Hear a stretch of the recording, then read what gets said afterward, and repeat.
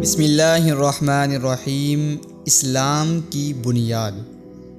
کی بنیاد 5 چیزوں پر ہے۔ نمبر 1، ایمان شریعت اسلامی کی ایک اہم اصطلاح ہے۔ اس کے لغوی معنی تصدیق کرنے یعنی سچا ماننے کے ہیں۔ ایمان سے مراد سچے دل سے ان سب باتوں کی تصدیق کرنا ہے جو ضروریات دین میں سے ہیں، اور ایمان کا الٹ یعنی ضد کفر ہے۔ نمبر 2، نماز ایک عبادت ہے اور خدا کی نعمتوں پر اظہار شکر ہے، جو زبانی اور عملی شکر کا ایک حسین مجموعہ ہے۔ نمازی اللہ اکبر کہتے ہی مخلوق سے جدا ہو کر ایک روحانی اور ربانی سفر کا آغاز کرتا ہے، جس سفر کا مقصد خالق و مالک سے راز و نیاز اور رب سے گفتگو کرنا اور اپنی بندگی کا اظہار کرنا ہے۔ نمبر 3، زکوٰۃ۔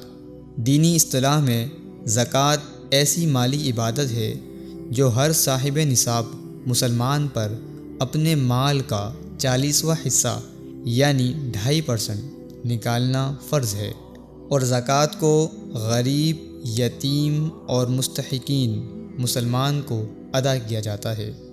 چوتھا نمبر حج کا ہے۔ اسلام میں حج ایک عبادت ہے جو خانہ کعبہ کے طواف اور مکہ مکرمہ شہر کے متعدد اور مقدس مقامات پر حاضر ہو کر کچھ آداب اور اعمال بجا لانے کا نام ہے۔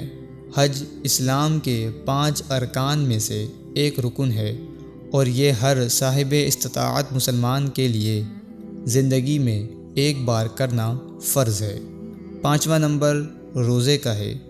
روزے کا لغوی معنی رکنے کے ہیں، اور اصطلاح شریعت میں مسلمان کی ایک ایسی عبادت ہے جو نیت کے ساتھ طلوع فجر سے لے کر غروب آفتاب تک کھانے پینے سے پرہیز کرنا اور عمل مباشرت سے رکنے کا نام ہے۔ یہ 5 اسلام کے بنیادی رکن ہیں۔ ایک مسلمان پر فرض ہے کہ وہ کم از کم اپنی زندگی میں اسلام کے ان 5 بنیادی رکن کا ضروری علم حاصل کرے، یعنی اولاً ایمان کو سمجھے، اور جب اس پر نماز فرض ہو جائے تو نماز کے ضروری مسائل سیکھے، اور اسی طرح زکوٰۃ، حج اور روزے کے مسائل بھی وقت کی مناسبت سے سیکھتا رہے۔ اللہ تعالیٰ سے دعا ہے کہ اللہ تعالیٰ ہم سب کو علم دین حاصل کرنے کی توفیق عطا فرمائے۔ آمین۔